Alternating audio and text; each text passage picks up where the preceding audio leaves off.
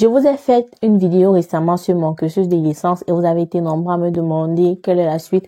Est-ce qu'il faut faire un master ou pas? Comment va se passer ta vie par la suite? Bon, avant d'arriver au niveau de ma vie, je vais d'abord faire cette vidéo aujourd'hui pour vous expliquer quels sont les avantages et les inconvénients de faire un master comparé à une licence. Donc, c'est parti. Allô, je suis Seina Diallo et bienvenue dans Connaître l'Allemagne. Ici, on parle de tout ce qui tourne autour de l'Allemagne, de près comme de loin. On parle des procédures d'immigration pour arriver en Allemagne, de la culture allemande, de la vie en Allemagne. Donc, si ça t'intéresse, tu peux t'abonner et tu peux activer la cloche de notification. Dans cette vidéo, je n'ai pas de structure. Je vais juste parler, dire ce que je pense, d'accord? Dans cette vidéo, ce que je dis, c'est mon avis et celui que j'ai recueilli auprès des gens avec lesquels j'ai causé. Donc, ce n'est pas un avis général, c'est pas une parole d'évangile. Vous avez le droit de donner votre avis aussi en commentaire en bas de la vidéo. C'est une vidéo d'échange. Donc, lorsque je faisais ma licence, je m'étais promis de ne pas faire de master. Pourquoi? Parce que déjà, en faisant la licence en Allemagne, tu souffres énormément. En tout cas, moi, ça c'est mon cas. Chacun a son expérience personnelle. Moi, dans ma licence, j'ai énormément souffert. J'ai eu des moments de très, très, très bas, des moments down, très down, et des moments assez joyeux. Mais voilà, comparé aux moments down, franchement, les moments joyeux, c'était que du pipi de chat, quoi. C'était pas, les moments down étaient bien plus profonds que les moments joyeux. Donc, du coup, pour ne plus avoir recommencé ça, je m'étais promis de ne pas faire de master. Maintenant, je ne sais pas si les autres étudiants en Allemagne ont vécu la même chose que moi ou ont ressenti la même chose que moi. Je tiens à préciser que j'ai vécu le Covid. Et pendant le Covid, et les études, il n'y avait pas le travail. Franchement, le Covid, c'était l'une des périodes les plus sombres de ma vie. Très, très compliqué. Pas de travail. Tu n'as pas de vie sociale parce que tu ne sors pas. Tu es enfermé entre tes quatre murs face à toi-même et à ton destin.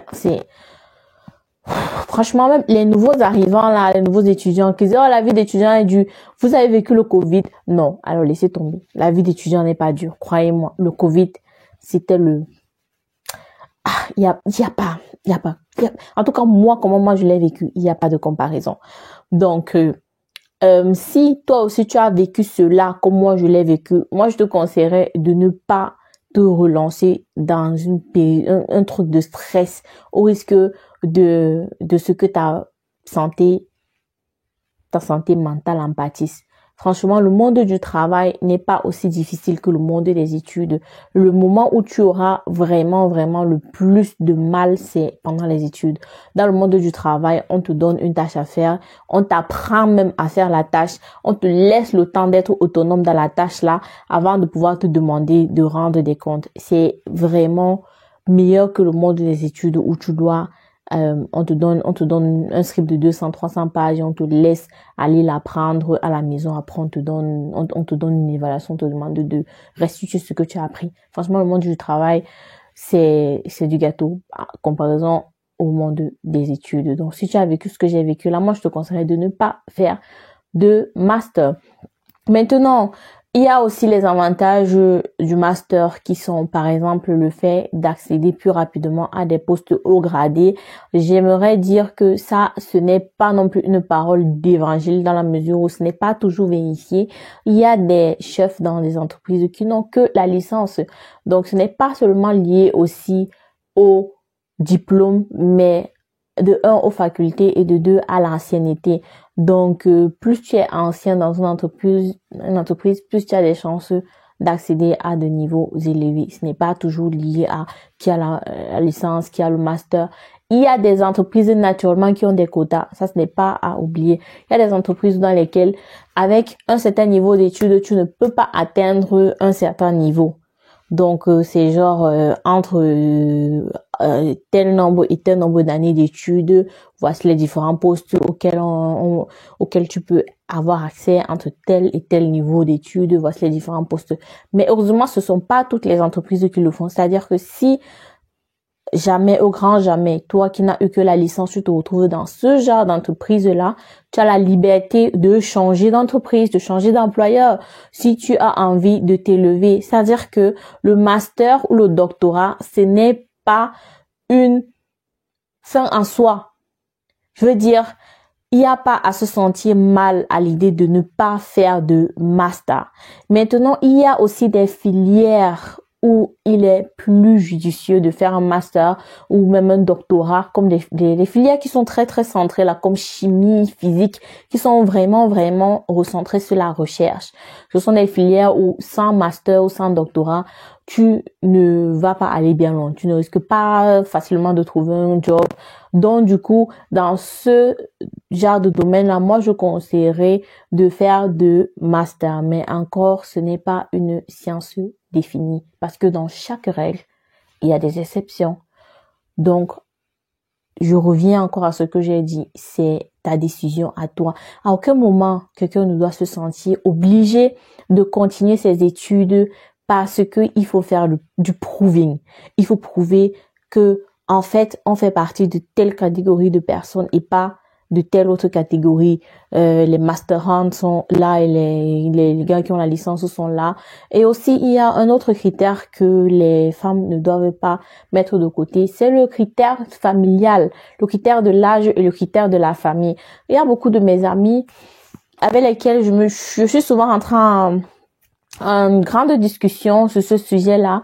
Mais la réalité, elle est là, elle n'est pas évitée, on peut pas l'éviter en fait. Nous les femmes, on a l'horloge naturelle qui joue contre nous ou qui joue face à nous, je sais pas comment l'expliquer, mais on a une horloge qui est là.